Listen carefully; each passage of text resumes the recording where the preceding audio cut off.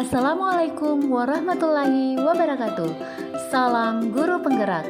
Perkenalkan, saya Carmila, calon guru penggerak angkatan 9 dari Kabupaten Majene, Provinsi Sulawesi Barat.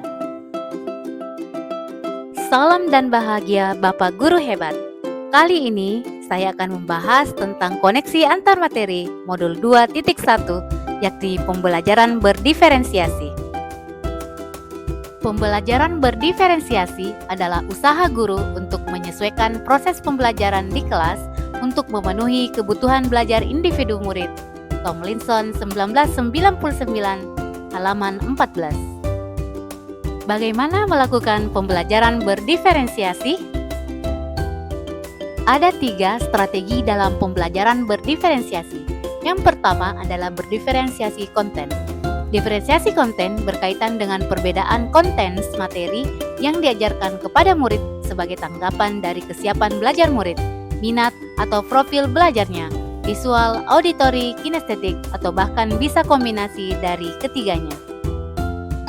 Yang kedua adalah berdiferensiasi proses. Diferensiasi proses yaitu bagaimana peserta didik akan memaknai materi yang dipelajari, baik secara mandiri atau kelompok, dengan menyediakan kegiatan berjenjang. Bisa juga dilakukan dengan memberikan pertanyaan pemandu atau tantangan. Yang ketiga adalah berdiferensiasi produk.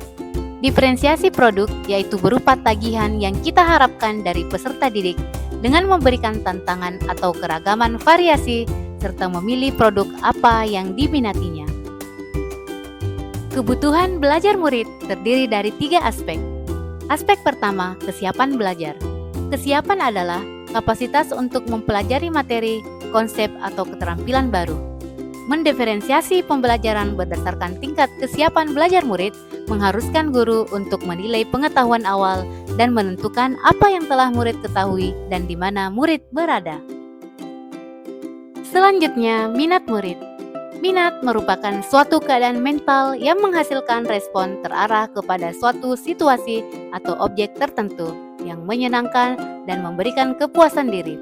Tomlinson 2001, halaman 53. Beberapa hal yang terkait dengan profil belajar murid.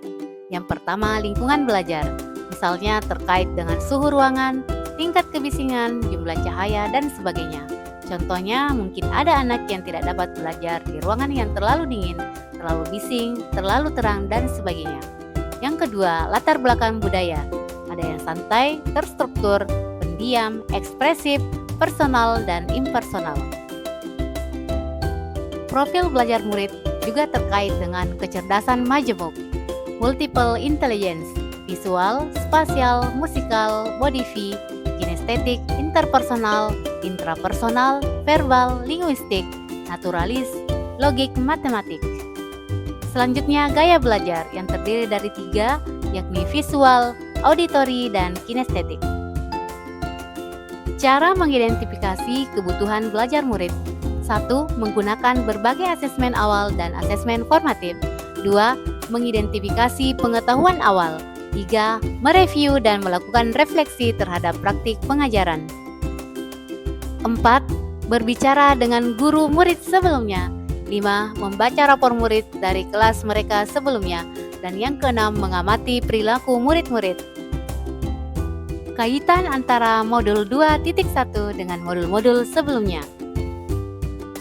Untuk dapat melakukan pembelajaran berdiferensiasi, maka guru harus berusaha memenuhi kebutuhan belajar anak sesuai dengan kodrat alam dan kodrat zaman berdasarkan filosofi Ki Hajar Dewantara.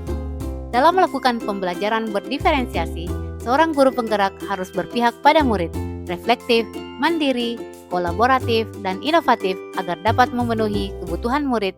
Dengan demikian, seorang guru penggerak dapat mewujudkan kepemimpinan murid dengan menuntun murid merdeka belajar.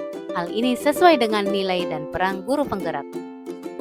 Pembelajaran berdiferensiasi pun dapat menjadi salah satu strategi untuk mewujudkan visi guru penggerak yang berpihak pada murid, dan dalam pelaksanaan pembelajaran berdiferensiasi antara guru dan murid harus ada kesepakatan kelas terlebih dahulu agar proses pembelajaran dapat berjalan dengan baik sesuai dengan nilai-nilai budaya positif. Demikianlah paparan materi tentang modul 2.1. Sekian dan terima kasih. Wassalamualaikum warahmatullahi wabarakatuh. Salam Guru Penggerak.